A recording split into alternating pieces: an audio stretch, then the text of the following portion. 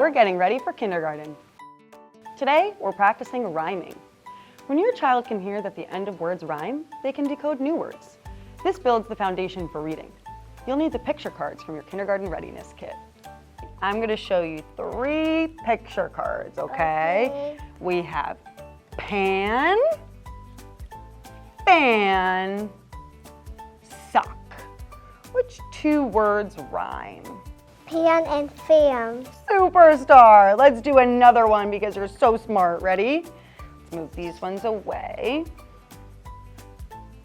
Hat, kite, cat.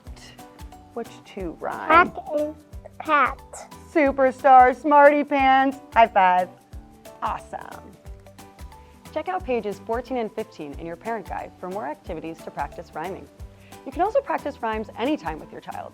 You can say, I see a cat sitting on a, and let your child fill in the blank with a rhyme like mat.